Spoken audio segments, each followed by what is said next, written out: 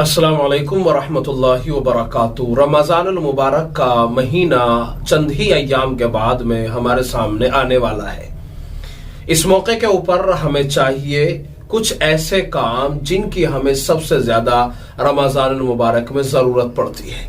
आप देखेंगे बहुत सारे मुसलमान ऐसे हैं जो पूरे साल नमाज पढ़ने के लिए नहीं आते, लेकिन वो रमज़ान मुबारक के बाबरकत महीने के अंदर नमाजों का एहतमाम जरूर करते हैं।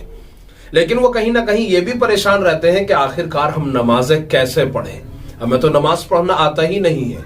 नमाज का इस्लाम के अंदर बहुत अहम किरदार माना गया है, बल्कि हदीस पाक में तो यहां तक कहा गया है कि जिस तरह इंसान की बॉडी के अंदर जो सर होता है, इसका बॉडी के अंदर जो मकाम होता है, उसी तरह इस्लाम के अंदर नमाज का मकाम बताया गया है। नमाज बहुत अहम इबादत है।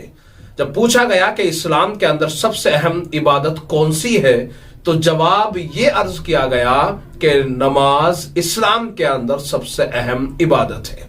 जब हम देखते हैं तो हमारे बहुत सारे मुसलमान भाई और बहनें ऐसे हैं जिनको नमाज पढ़ने का तरीका भी नहीं आता।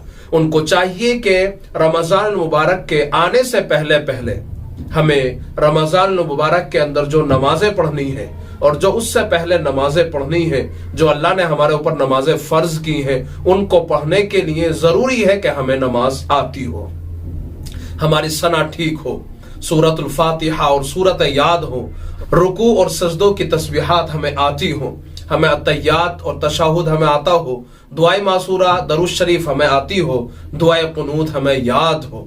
जिन भाइयों को और बहनों को याद नहीं है, उनको चाहिए कि वो नमाज को और नमाज के अंदर क्या क्या पढ़ा जाएगा उसको अपने आइम्मा हजरात से जरूर सीखें। जो मेरी बहनें हैं वो दीनी बहनों की तरफ रुजू करें ताकि नमाजों का सही से पढ़ना सीख सके।